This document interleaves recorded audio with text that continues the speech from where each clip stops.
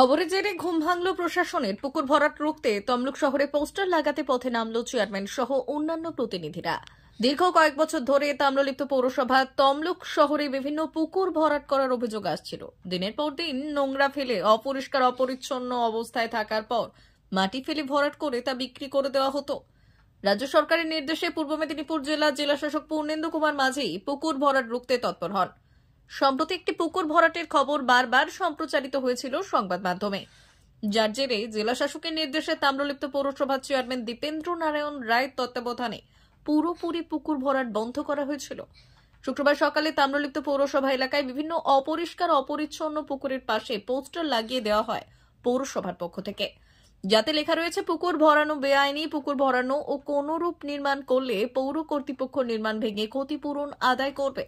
তাম্রলিপ্ত পৌরসভা চেয়ারম্যান দীপেন্দ্র নারায়ণ রায় ছাড়াও উপস্থিত ছিলেন উপপৌর প্রধান লীনা মাভৈ রায় সহ পৌর প্রতিনিধিরা।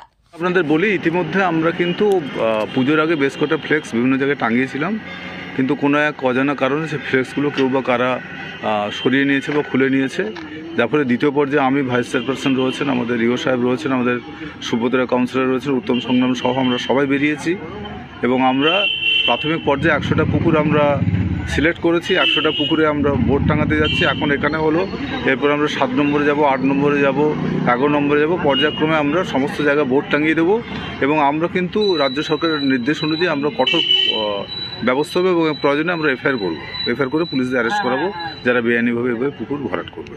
এগুলো কি করে ভরাট করছে, কি কারণে? মানে রাতে এখন দেখুন, পৌরসভার তো সেরকম ভিজিলেন্স সিস্টেম নেই। আমরা যখন খবর পাই সঙ্গে সঙ্গে ব্যবস্থা নিই।